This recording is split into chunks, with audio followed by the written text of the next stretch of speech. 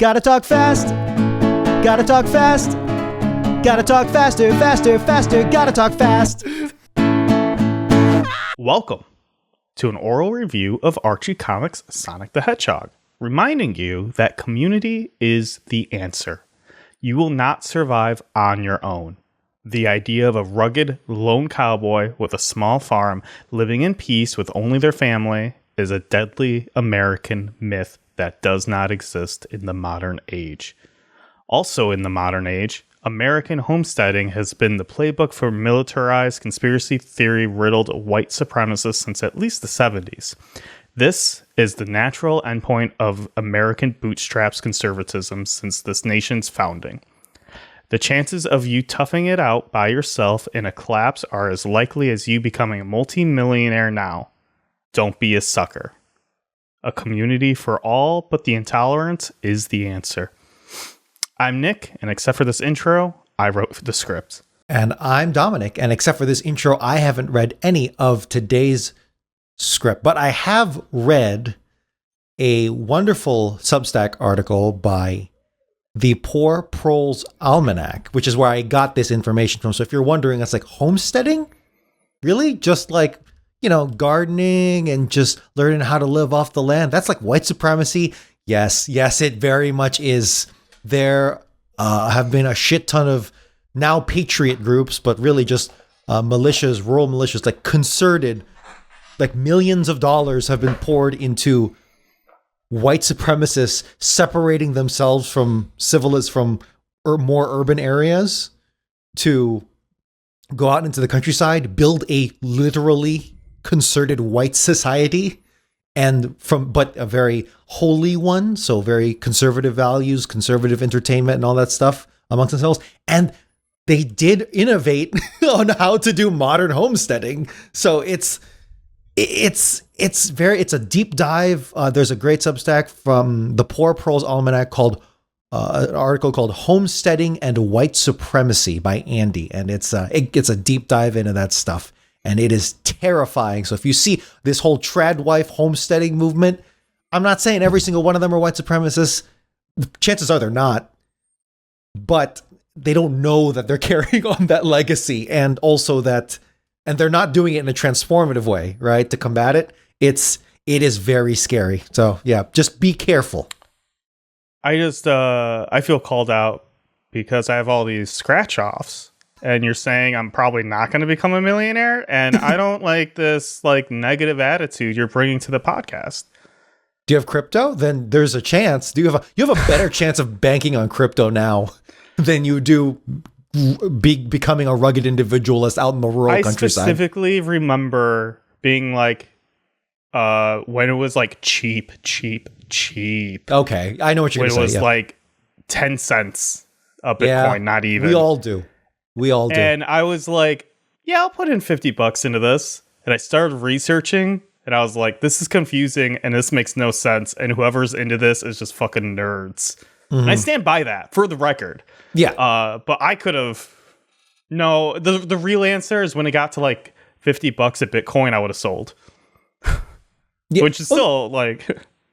If you beat yourself up over like, oh man, I could have made so much money. I don't, but don't, because it's like there's no indication that it's truly 1 in a million. And if you did go for that, chances are you'll sucker yourself out of your own money. I always looked at it from the point of view of like they were gonna get shut down, Bitcoin, because I'm like, you're just the only use case for this is drugs, and no one seems to be doing anything about it. No one, because they found out they could utilize it for themselves. Well, yeah. Once the rich people found out that this was a good way to game the system, it was never going to stop. Once Venezuela started using like petrodollars to get around sanctions, it was like, okay, this is here to stay. It's going to stick around. Yeah. The petrodollar. It still doesn't. I've like done the research. Maybe not a lot, but I've tried to sit down to understand Bitcoin on like a conceptual level, and it still does not make sense to me. So the only is like, why does something have value? This is a very Marxist view on material, whatever. When does something have value? When we put either rarity or when we put something into it, right? So if I hit a piece of wood 1,000,000 times, that has more value than any other piece of wood because I specifically hit it 1,000,000 times. You know what I'm saying?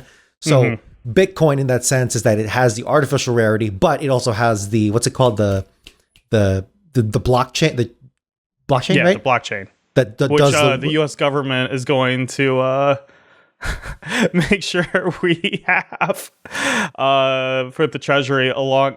I still to this. I think I said this very early on as a joke in the podcast, but I do think at some point of time we will get like mandatory like X profiles or like Truth Social profiles. I feel like it's got to be X because they want to make X. Well, Elon wants to make it like an all-in-one like banking app and social media app, and so he can control it. Like, exactly. Which China has. Yeah, but when China does it, it's a bad idea. Record, but when Elon does it, when that happens, I just need you to know that means, and we will get to the comic, but I need you to know that when everything is under Elon Musk, or at least a very small cabal of oligarchs and rich people, it's the same thing as big government. Only now it's worse because you don't even have a government. It's just rich people. At least with like as flawed as our government is, and it's flawed in many ways, at least there were attempts to help out little people. We could still impeach a guy for getting a blowjob, right? We could still do that. The good old days. Yeah, exactly. I mean, technically, it wasn't because he got a blowjob. It was because he lied about it. Yeah. Back when lying meant something. Okay. Anything else you want to throw in there? Bartering for goods on a civilization level has been a myth. It's a myth. Money has always been a thing. Currency has always been a thing since there have been permanent settlements. Thousands and thousands and thousands of years ago, currency has been a thing. Get them. There's a great video that goes into that, but I won't share it. Find it on your own. Here we go. We are reading the second half, the back half of the Sonic and Knuckles special, released at some point in May of 1995. So these are the Knuckle-focused stories. This is Fire Drill. Script by Ken Penders and penciling by Ken Penders. Yeah, I think this is his first... Is this the first time he penciled something? I think he did like a cover or two, but I don't know if he...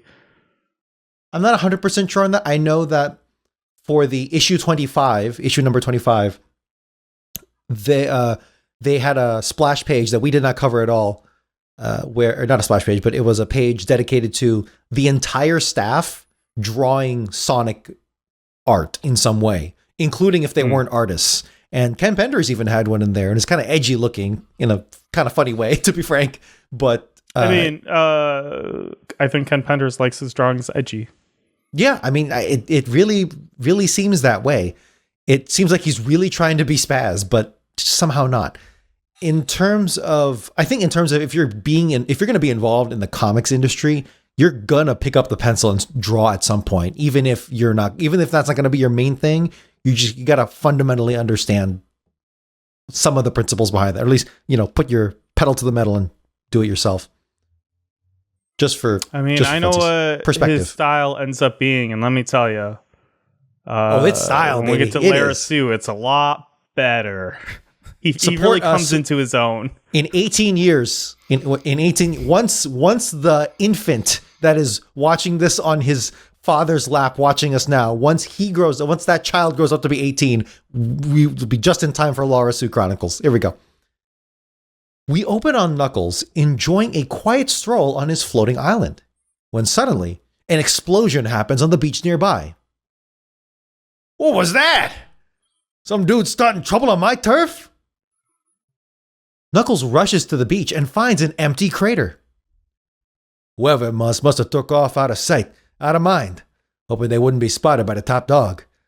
Or should I say, Top Echidna?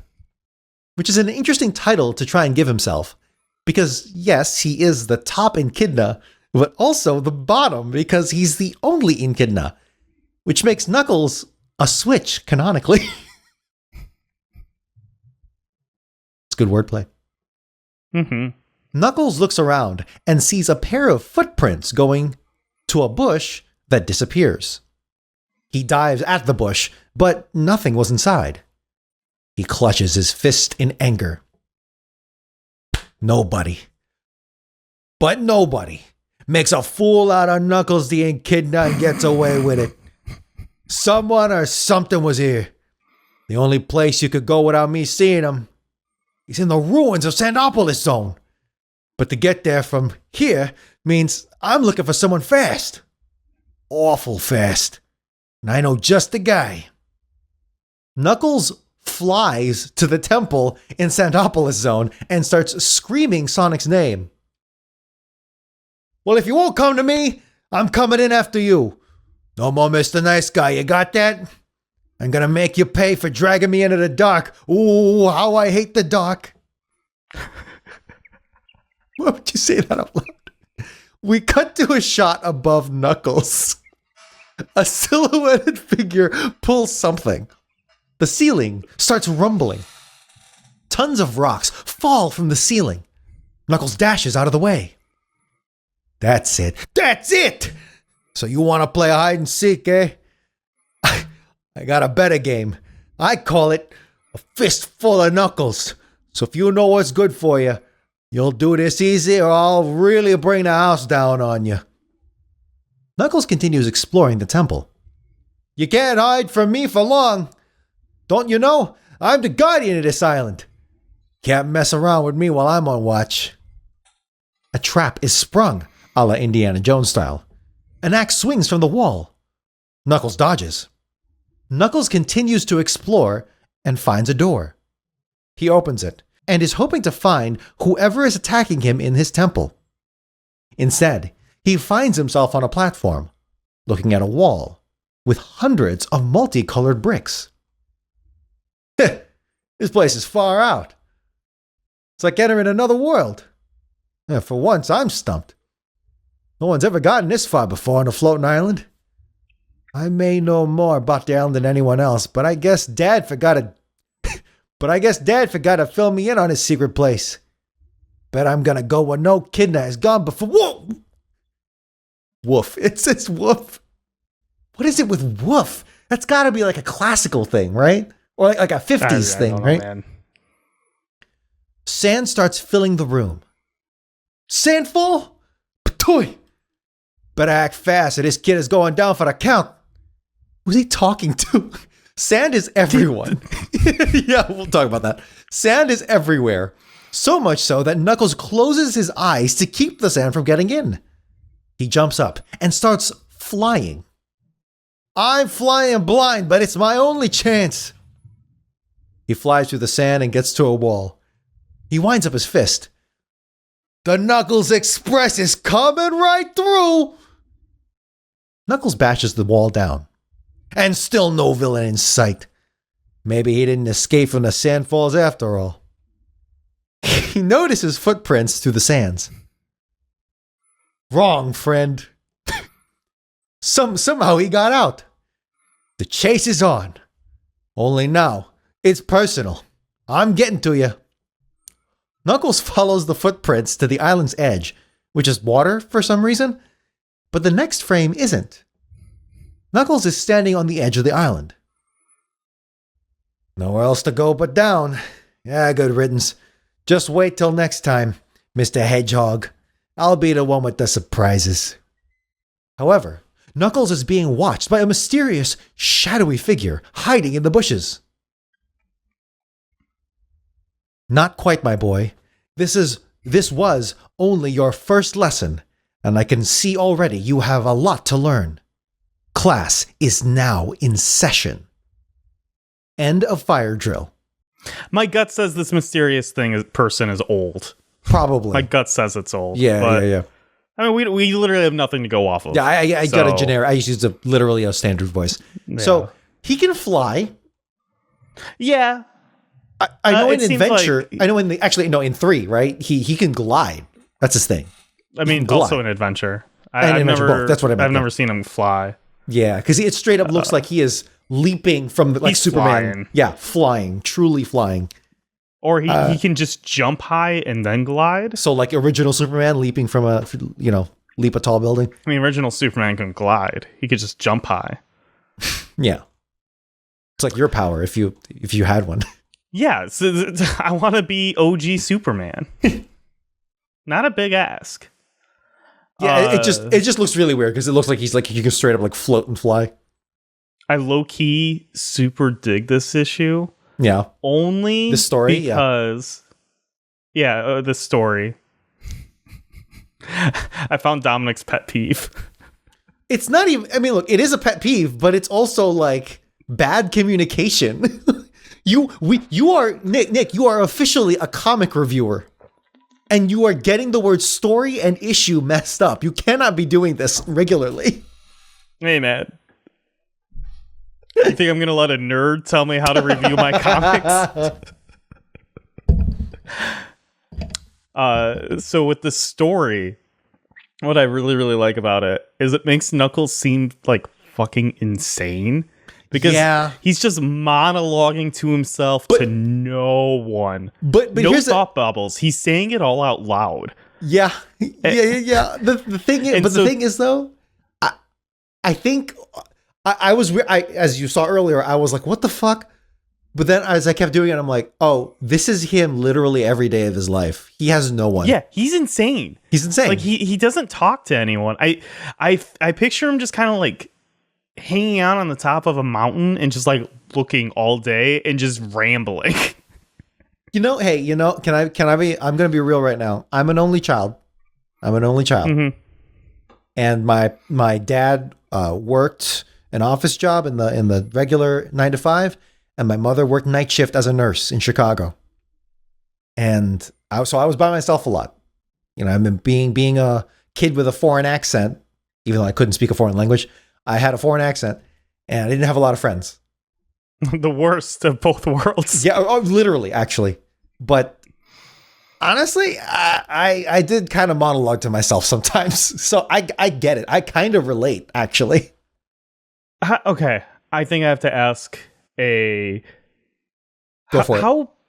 How big of an island do we think this island is? I asked you last time, and we both I agreed with your conclusion that it's based on whatever it needs to be for the story. But if we're asking, like, we're just going to try and take a stab at it. So I think the best perspective we have isn't even that big splash page from the first half of this issue. I think it's the last frame, the last panel of the previous story. So it's that outline of Knuckles, like longingly looking, like as the freedom fighters longingly look at the Angel Island. You see that one? Because you're not even looking at it from below anymore. You're seeing it from straight ahead. And you see a mountain range. You see it. It's not like a rolling hill. It's a mountain range.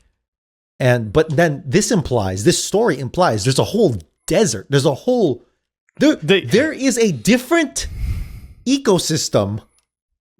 Or like not ecosystem. Yeah, you know what I mean? You're getting at exactly what I was getting at, where I'm like, biome. There's a different biome on this island. It's absolutely insane because this is either like the size of Australia or the size of like Chicago. Oh, okay. You know what? Australia is actually a really good comparison, actually, because it feels small in our minds, but it's actually incredibly massive of a continent in actuality. I never once thought Australia was small. Well, you think of the country of Australia as not as a powerful country as like America or the UK or something. Well, okay, this shows my thinking where it's like, they're Navy, they have to be part of NATO to properly project power and protect their trade routes, which is not how you think. But no. But anyway, yes. I look at that, I'm like, yeah, that's big, man. It's like really fucking big. I don't know what you're talking about. You're a normal person. But in terms of, yeah, I think it has the Australian vibe to it. Well, the next issue literally has next story. It has literally kangaroos and it does. What was the other animal? I was shocked they even called it out. Dingoes. There we go. Dingoes. Yeah. Because I'm going to stick to the fact that I think I know what I said earlier and I stand by it, which is it's as big as it needs to be given the story. But canonically, I'm going to say it's like the size of Chicago at most. Like like the city of Chicago proper or Cook County? We'll do Cook County. We'll do Cook. Yeah, that feels better for me slightly. Because it's, yeah. But, and then that brings well, A, there's pyramids here. And well, B, they're going off the game. Right? So we have not played Sonic 3 yet, but you have at some point in your life, right? And yeah. I'm assuming all of that takes place on Angel Island, or at least a majority of it. I guess I've never actually. We would have to fact check. I know the beginning of it is 100% on Angel Island, but I think in my mind I just assumed you get off it at some point. But maybe I'm wrong. Look, honestly, you do get off it at some point, but it's Sonic 3, so probably 100% of our audience already knows the answer to this. But they had to confine it to Angel Island, so the biome change was kind of necessitated by the game, right? So they're kind of following that logic, but it is crazy that. Well, also, Oh, go ahead. The thing that I was like, this is actually insane, is like there's this whole temple here that he's never went into, and you're the protector of this island. Well, he kind of he rationalizes it. How? Well, he says I know I never. Yeah, but he knew of the temple. That was him talking about the inside of that weird room. Mm-hmm. The whole core concept of, I don't know, being this a protector, clearly losing his mind. Yeah, he needs to explore something to stimulate his mind. Yeah. I don't know how he hasn't just been like, let's go do a little excursion one day and check out this temple. How old is Knuckles? He's got to be like a year or two older than Sonic, right? That feels right. That feels right to me. But so he's still a young guy, right? 18 at most. Yeah. So what do we think about it overall? It's certainly like science fiction. I think pulpy is the wrong word, but more like Flash. You ever seen Flash Gordon? Years ago. Yeah, I haven't seen too much of it. I've seen only a couple episodes. I think I watched it because I was looking at comparisons. I've never seen the original. I've only seen the movie. Oh, I have not seen the movie. I was looking at it. I think I was looking at Flash Gordon original runs because of it was being compared to Star Wars, or like George Lucas saw Flash Gordon. Sure, and was yeah, he definitely I want to make was inspired by it. Yeah, so and it's like these solo adventures. It's Indiana Jones before George Lucas again, right? Or I don't know, but it was something that he was inspired by, and it's solo adventures, and the desert setting and the pyramid thing certainly helps as well. So Indiana Jones, I mean, it is crazy how Indiana Jones was a tribute in and of himself, but he's such a good tribute. He's literally the de facto now, right? He is the center. Well, also, I think it makes sense that he's the de facto only in the context of he perfected the things that the people were referencing was too old for the kids who saw it. So, I mean, when did the first movie come out? Like 83 or something? Yes, 80 something, early 80s, yeah. I mean, when you're like 10 years old seeing that, you're not going to go read the old pulpy comics from like the 30s and 40s or see the old like TV show.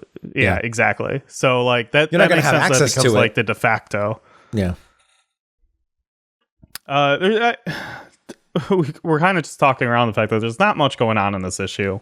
It's a setup, right? Yeah. They're teasing that there's some sort of teacher that's also on this island that I mean, if I have to assume anything, it's another echidna that's probably old. That's gonna come in and teach Knuckles about life. I just don't know why. Well, what do you think? That I like that theory. I truly had no guesses because there was nothing to base it off of other than that one like thought bubble. I mean, it has to be an echidna. Mm-hmm. Because he says first lesson. This was only your first lesson. Yeah, like there's an implication of he knows things about the island and Knuckles, right? Mm-hmm. So okay, I'm going to make a prediction. Going to make a prediction. Yeah, sure. This is a classic story setup where, or at least I've seen this template before, where it is the old hermit, kind of like a Ben Kenobi-esque character, finds the young, you're right, the young hero, and then he takes him under his wing. But whereas Ben Kenobi was a good guy, this guy, looking at Knuckles, he is at the very least selfish because he needs Knuckles for something. He needs Knuckles for something. Otherwise, why would he be revealing himself now? Right? He should have been doing it when Knuckles was a kid or something. Maybe that was the first lesson, is to have Knuckles live on his own and it's a hell of a lesson. I think this is going to be a thing where it's the old guy and Knuckles, and the old guy is like very classical in the echidna ways and trying to teach Knuckles in that, but Knuckles is being pulled in the direction of Sonic and Tails and friends, being like, but friends can be useful, and this guy being very isolationist and being like, no, we have a duty to protect this island, and you're kind of being a dumbass by like being friends with anybody. The lesson and the answer is always friendship, effectively. But, yeah, I'm just trying to tie it back into your intro. Yeah. Oh, well, if we're doing that, then this old ass hermit is like, yes, welcome. This guy is a conspiracy theorist. Welcome to the Branch Davidians. Welcome. We are now Wacos. Welcome to Waco. We're now Waco. Freedom fighters are like, ATF, open up. Oh my gosh. I don't know exactly. Look, we don't know. It's pure speculation. Maybe it's a lead into a very popular character, but what I will say is I know for a fact. No, I shouldn't say that. Because I know that there are people listening to this for the first time.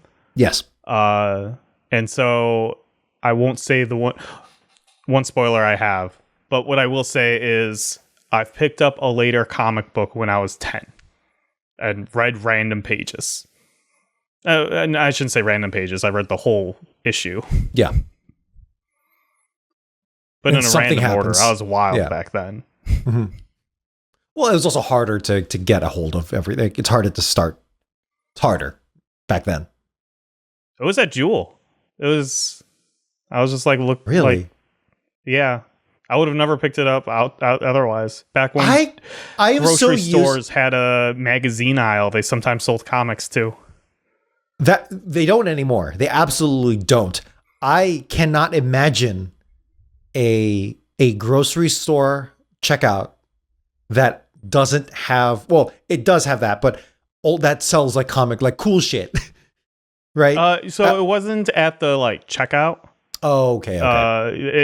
This Jewel, which is a grocery store from people from not Chicago. Jewel Osco. They had, well, no, it's Jewel. Osco is the pharmacy. You can have a Jewel without Osco. I didn't know that. I mean, I did know that, but I've never seen just a Jewel. I've only seen Jewel Oscos. I don't actually. In your defense, I don't know if there are any anymore. Okay. But there was just I mean, that's where I used to go pick up my gaming magazines, because I used to read a bunch of EGM, Electronic Gaming Monthly, and rest in peace. Whenever they whenever I can convince my mom to let me buy a PlayStation magazine, because they were more expensive because they had the demo discs. Yeah. And so I only got a few of those. But yeah, I picked up like 3 or 4 issues in a random run of Sonic the Hedgehog. It was like issues like 160 or something to like 164. Nice. Yeah. Crazy shit happens then. Huh? That was the point. Yes. This crazy shit did happen. There are people who are watching this now. There are people who are watching us right now where they're like, yeah, can't wait to get there and see your reaction.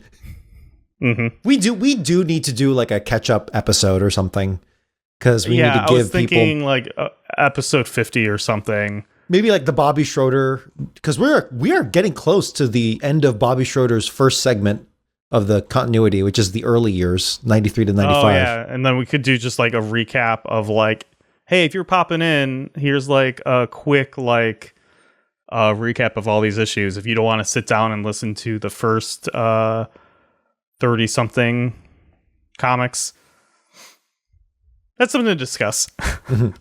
Lord of the Floating Island, script by Ken Penders and penciling by Harvey Meccaducazio. I'm just glad I don't have to try to pronounce it. Penciling, script by Ken Penders and penciling by Harvey Meccaducazio. That feels right to me. Knuckles is flying around his floating island when he notices a baby kanga looking for its mother. Knuckles flies down and picks up the baby kanga.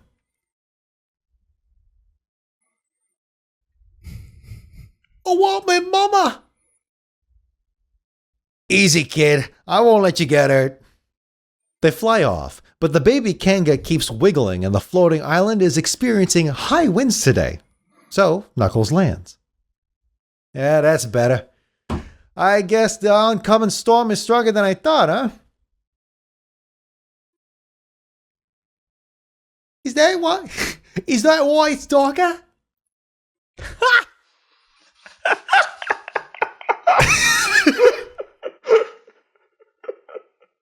Brilliant. I would have never thought to do that, but you're 100% right. I guess it's never been this dark this time of day. By the way, the name's Knuckles. I know who you are. The baby says that their mom explained that Knuckles watches over everyone on the island. Just then, the island is cast in darkness. Oi, do you think you can bring back the sky? Knuckles and Baby Kanga look up and see a giant dark object blocking the sun. See, look at the sun. It's now black. No, it's not. It's just an illusion. At least that's what my dad once told me. He said every so often the moon aligns itself between us and the sun. Since the island floats along air current, the wind barely blows stronger than a mild breeze, but things have been changing. Just then, a thundering herd of dingoes rush by. Knuckles grabs the baby Kanga and flies up into the tree, and they watch the stampede. Oi, you think my mom's okay? Sure. There hasn't been anything to worry about on the floating island for a long time. It's a paradise now we call home. However, we seem to be getting visitors who'd like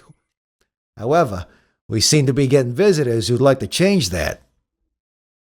The wind picks up. The baby Kanga leaps onto Knuckles, holding onto him for dear life. Blimey! That's not Aussie. I think it's English.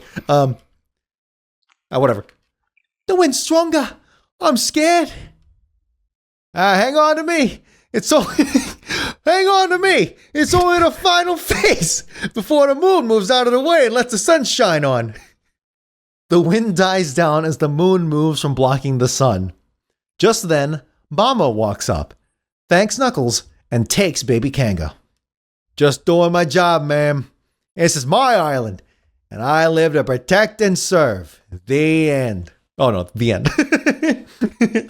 Could you imagine? He just says the end. Yeah, he doesn't even make like eye contact with them. Just walking away by himself back to them. Just doing my job, ma'am. This is my island, and I live to protect and serve. The end. And the Mama King is like, okay, yeah, don't, baby Joey, don't come across that man again. It's like fucking. Remember, never look him in the eyes. Once you lock eyes with him, you're going to be stuck talking to that guy for at least an hour. Oh my God. There are people like that. And you're not going to say anything because he's going to be talking to himself. What do we think of this one? It's fun. This one sucked. I hate this one.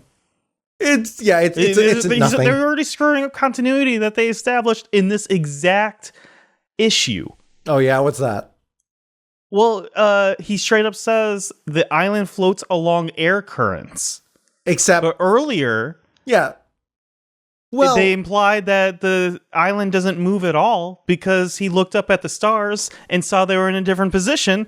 And if the island's always floating along air currents, that would always be in a different position. I'm sorry, I'm putting logic to your writing, Ken Penders. Grow the fuck up and fucking... Sorry. Don't be too hostile now. Only because he wrote every single issue. If someone else wrote this one, I'd be fine. Okay, they're still establishing shit. But he's the one establishing this, and he still can't get it right. Sorry. He's the protector. Knuckles is Ken Penders. I thought you meant Ken Penders. He is the protector of his own lore. I'll tell you that much. What and then why does the wind pick up when an eclipse happens? That doesn't make any sense whatsoever. Because if anything, an eclipse doesn't affect shit in the real world other than vision. Or I guess this is a different world probably, though, right? Okay, so we're talking about like currents. Because I was going to say moons control ocean currents. But... Yeah. But like, if it's just a regular eclipse, I don't know. I don't know. Well, also, the mere fact that the eclipse perfectly blocks out the sun, there is an implication of Earth there because... the odds of having a planet have a moon that perfectly is not equidistant, but like the same exact like size and shape that can cause a total eclipse. The sun. Yeah, to cause a total eclipse, but have it be like perfect the way it's like 1 trillion to 1. Like it's insane that our planet has it. Well, okay, it's very clear that I'm very doubtful that Ken Penders went in deep into the astronomy of it all. Not astrology, astronomy. Well, I pay attention to the astrology of it all. Let me tell you. What are you, a Cancer? I'm a Libra. Come on, man. Don't try to put that demon on me. That evil. What am I? I was born in March. Dude, I only know Libra because that's what I am, dude. I despise astrology. It's a pseudoscience and it means nothing. I hate it. Yeah, that's such a Sagittarius thing to say. I just need to know fine. now. I don't care. Astrology months. I will say that yes, this is kind of a nothing story. It's a little fun. When in March? The middle of March. The Ides? The Ides of March. You're an Aries. Aries? I thought it was a Cancer. Yeah. No, you're nowhere near Cancer. Okay.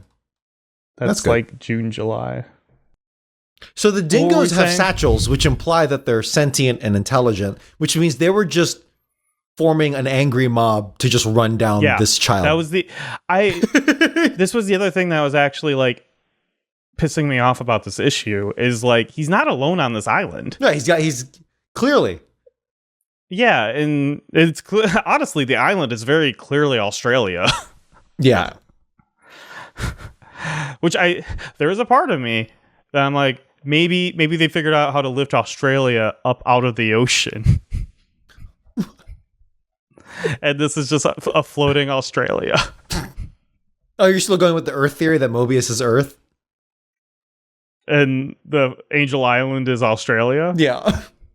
I mean, the only reason why I don't think it's Earth is because of the many moons of Mobius. It cannot be Earth. It's absolutely not Earth. Yeah, because of all the moons. Yeah, that's the reason. It is a reason. You're correct. It is a reason. This whole thing feels like I think Ken Penders is like, oh, I'm going to be deep and I'm going to like make this like a quick like allegory. Is that the right word I'm looking for? Sure. Or allegory. It's just like, oh yeah, the story is going to get tough. And like, man, I guess the oncoming storm is stronger than I thought. Like he's trying to do a deep, like, foretelling of like Knuckles' story or something. Yeah, like, you know so you're saying foreshadowing. It's a foreshadow. Foreshadowing. Thank you. Okay. That didn't even cross my mind because I was not. The thing is, I wasn't even taking it that seriously. I was trying. I think this is Ken Penders taking himself like extremely seriously in a way where he was like, how can I do this story as seriously as I can, but still do this like kid shit? Mm-hmm. Okay, you know what? In that context, that does provide some sympathy to it. I don't think he succeeded, but I do have some sympathy for it because you're right. He has to be within the confines of what he can do. Knuckles is a tougher character. Clearly, he's a more rough and tumble character. He's willing to get down and dirty. He's willing to fight more. So he seems more mature. You think he's willing to kill? Yes, I think so. Because this is clearly he comes from a more tribal lineage, it seems, right? Or maybe I'm just, I think I'm inferring that. I don't know if I'm pulling from other Sonic media, but I think even just in Archie, it seems to be a more tribal lineage.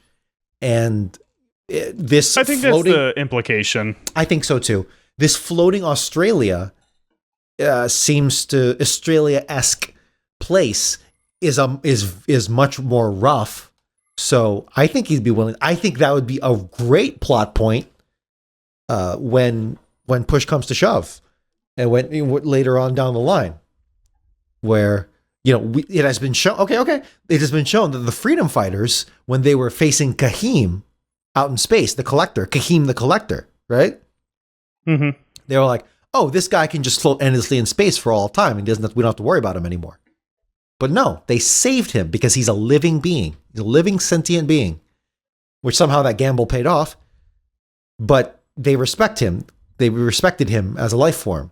Whereas Knuckles will not, I think it's an interesting angle that he doesn't have that. He's like, no, I'm going to kill you for this emerald. For people wondering what random issue I actually did read when I was like 10, I just went up and looked at all the Sonic covers. It was issue 120 and maybe 121. That is all. When we get to that issue, I'm going to have a flashback. It's going to be like this episode right now we're filming, black and white.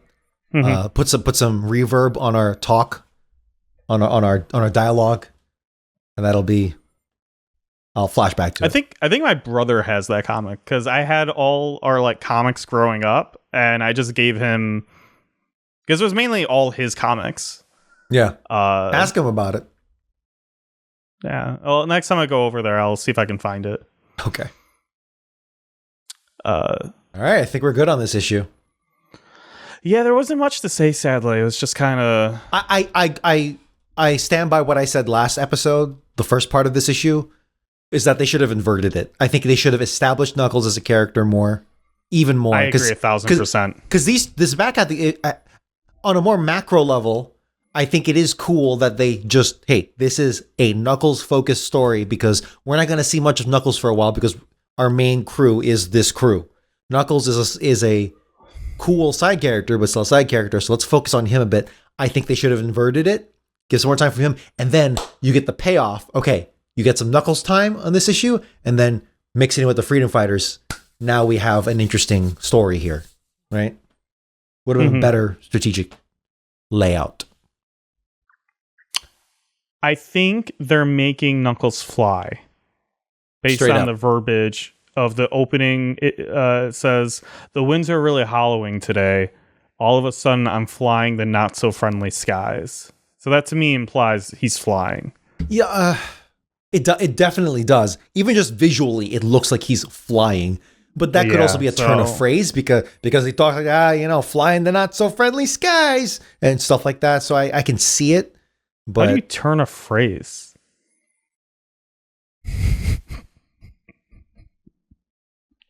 Go grab your guitar. Okay. Now it's time for Sonicgrams. You can write to Sonicgrams. Oh yeah, it's a legally distinct Sonicgrams. It's an unaffiliated Sonicgrams. We made our own Sonicgrams. That's a Family Guy joke. Is it? I only know Family Guy seasons like 1 through 3. Same. But I just always, whenever I hear turn a phrase, I just remember Peter always being like, how do you turn a phrase? We have an email from Speed Boom. Speed Boom. Written after episode 30. He instantly gets to the good stuff, the stuff that I know you care about and I care about. About that whole Sonic doesn't cry thing. We have actually gotten more info on that in recent years. Sonic has nothing against crying and acknowledges it can be healthy to let your feelings out, and he has no problem letting others cry. And Sonic isn't even against crying himself either. He simply prefers to do it in private. He does let negative emotions out, but he isn't comfortable doing it around other people. So yeah, he still hates tears, canonically. In case you're curious, here is a non-spoiler excerpt from the wiki regarding Sally's personality. Sally is a strong-minded and opinionated. She's often logical and focused with a playful side and prefers to plan ahead in almost all situations. She often takes the role of a leader, not only in directing and organizing people en masse, but also through mediation, offering suggestions or compromises to difficult situations. Sally's attitude towards her title of princess is one of duty. She's a firm leader with a strong sense of justice and a warm heart. Caring by heart, she loves her people and strives to do the best she can for them. In this, she shows passion, bravery, and determination, often remaining undeterred by setbacks. She similarly goes out of her way to make sure her friends are safe and happy. While inwardly compassionate, she also comes off as confrontational, overbearing, hard, sardonic, and condescending when stifled. When her emotions are open, however, she's often only protective of her friends, constantly worried about their well-being in the field. So, cool. Yeah, that you know what she needs to balance it out 100%? She needs a smoking habit. She needs to start smoking. Well, to be fair, I would argue all of the freedom fighters need to start chain smoking. Why all of them? It's cool, man. I mean, Antoine, because he's especially French. Tails. I have a picture. Oh my god, I never showed you this. Do I have it saved on this computer? Fuck. I think I purposely saved it on this computer, and I was like, we need to do something with this. Do you want me to share my screen though? You got it. Okay. That's pretty good. I know. Is this official? Yeah. I mean, it's obviously, remember how the original show had PSAs? So obviously this is an animation of this is Tails smoking. Adventures of Sonic the Hedgehog, the Sonic Says segment. Yep. This is an original cell signed. Yes. Holy shit! I want this so bad. I know. Is it not sold? even the one that this is from Mario 64646464 on whatchamacall? On Twitter? Do they own not it? even the best one I found. I'll if I can find it before this episode goes up, I'll link it. But there's a better one of Tails and Grounder smoking together. That's so that good. I really, really liked. That's so effing good. I know. All right, let's go back to Speedboom's email here. So, fun fact, Sonic actually did kart racing before the All-Stars racing game, and even before Sonic R did it on foot racing, and he is talking about Sonic Drift and Sonic Drift 2 for the Sega Game Gear in 1994 and 95 respectively. We'll check out those games one day. Yeah. Also, there's a new Sonic game, racing game called Crossworlds, so it's going to be dimensional racing for that one, which I am okay with when it comes to. That's my weird. Everyone's got to have a line, right? I'm okay with multiverse shit when it's like racing games because I'm like, there's no story in this anyway. Just do whatever. Smash Brothers, Smash, right? Yeah. And plus, Crossworlds will hopefully do the right thing and get Skies of Arcadia in it. It's fun little side note. Skies of Arcadia's patent just got renewed, and actually now that I've seen the word Crossworlds, I'm like, you know what? I wouldn't be shocked if Skies of Arcadia makes an appearance in Crossworlds again. There was only the one game, right? Skies of Arcadia? Yeah. No other follow-up in any way, shape, or form? No anime, no technically comic? There was the original on Dreamcast, and then they did a... remake isn't the right word, because they just ported it to the GameCube, but... Remaster. Skies of Arcadia Legends, yeah. Okay, but that's literally it. Yeah, that's it. Dang. I know. They always wanted... Well, the creator always wanted to make a 2, but, here we are, without a 2.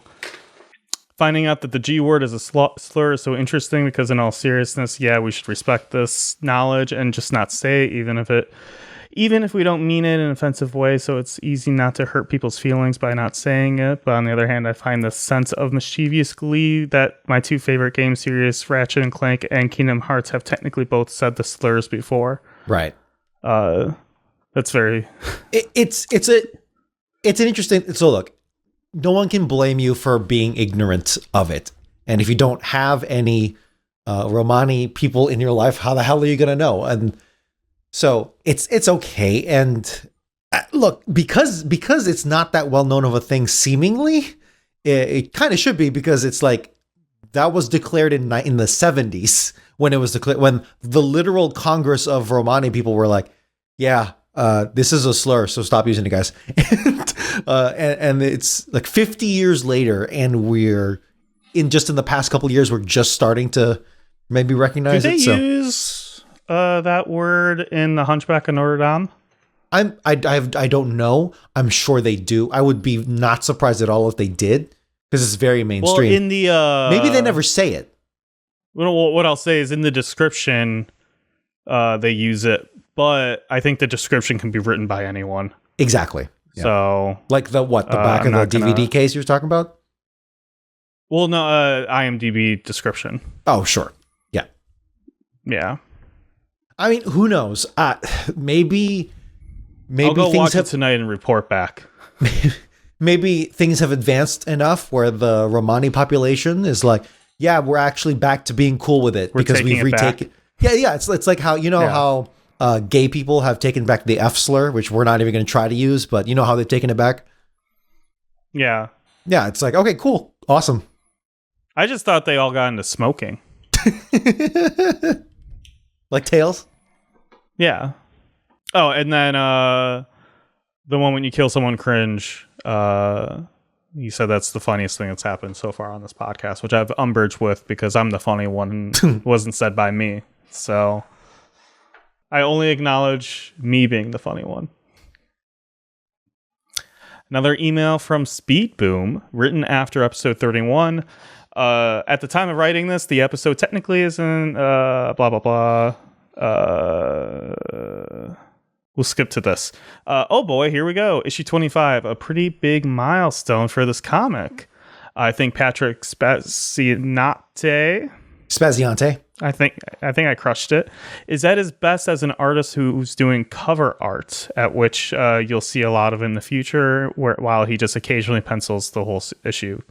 Dominic's impression of Robotnik's Amy impression is hilarious. Nick, I'm glad you made Dominic read these things. Yeah, I know. I crushed it. You can almost say that what I did was funny. And hilarious. And then he's yelling at me for looking stuff up on the Wikipedia page. He's just like, don't look things up. Which I acknowledge. So despite this comic calling Mecha Sonic for reasons I don't know, this is in fact Metal Sonic. The comic may call him Mecha once or twice in the future, but this is Metal Sonic, so be aware of that. I wonder if there was like, what's the word I'm looking for? A like name debate between Sega of America and Sega of Japan over Mecha and Metal. Maybe in the behind the scenes somewhere, out there, someone has documented that, but I'm not aware of it. Yeah. It feels like that, doesn't it? Because they've got like 5 different metal robot based Sonics at this point. Like Robo Sonic. You've got the... Oh, did they call the other Sonic Metal Sonic? I don't know. I wonder if that's what it was. The chunky they one? Technically already had a Metal Sonic, and they're like, well, we can call this one Mecha. Yeah. I'm curious. Maybe I should go back and check that out. Fun fact, Collision Chaos Zone and Stardust Speedway Zone are both zones from Sonic CD. We actually know that because we have a Let's Play of Sonic CD probably going up within the next 2 weeks. 3 weeks. I don't know. Just give me some slack. Yeah, that's why I was like, within the next month. And then he has a funny story for us. So, funny story: as a kid, I interpreted the end of the Metal Sonic CD issue. He interpreted this comic ending differently. Don't ask me how I came to this interpretation, but when Sonic is letting Robotnik have a shot at stomping him with his Looney Tunes contraption, Kid Me somehow interpreted that scene as Sonic letting Robotnik fart on him. The comic does not indicate this in any way, so I have no idea how I came to this conclusion, but I thought it was too funny not to share.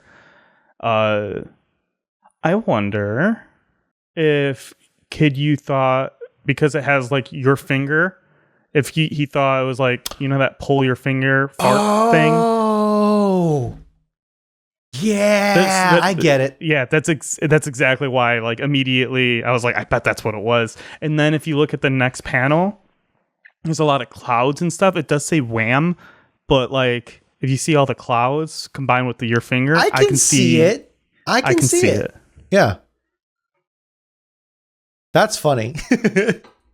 They shouldn't have They shouldn't have drawn a finger. They should not have drawn a finger. They should have done a button. You were 1,000% correct when you're like, have it be a thing that just says push here or something. Yeah, that's because it's also really funny. Better. It's also really funny to think of a kid just pushing a page. Like that's also funny. Yeah, there's a reason why the monster at the end of the book is the best kids book there is. Do you know that kid's book? I don't know that kid's book. It is, what's the blue guy from Sesame Street? Grover? Yes. Yeah, it's just a whole story of him being like, there's a monster at this end of the book. And he's like, whatever you do, don't turn the page. And it's a bunch of like him trying to like stop you from turning the page. So it's drawn in a way where he's like trying to push down. And then I'm looking you at turn some the pages. page. I'm looking at some pages right now. It's really funny. Yeah, and as an adult, you obviously lean into it, and you're just like, you start like trying to pull it, and you're like, oh, I can't, it's too strong, and you get your kid or like nephew or niece to pull it, and they flip the page, and you go, so strong. It's a good one. It's like the only kids book I truly remember. And that's the issue. Only 394 left to go. I'm Nick. I should maybe just take out the stream thing. You can no. Okay. Dude, don't understand what I'm saying. Make it evergreen. No, it's the fact I don't think I've streamed since like I started this podcast. That's not true. But I haven't streamed in like 5 months. Anyway, I stream at twitch.tv/Mojosaurus. My personal blue sky is at Mojosaurus. And I'm Dominic. You can follow my jazz adventures in Chicago at Blue Collar Jazz. And additionally, if you look at my link tree as well, there's a whole bunch of stuff there. I have playlists of like Chicago jazz that you can check out. I created a video game jazz playlist, which is covers. I think I talked about this once before. And where's this link tree? This is my link tree. It's on the Blue Collar Jazz Instagram page.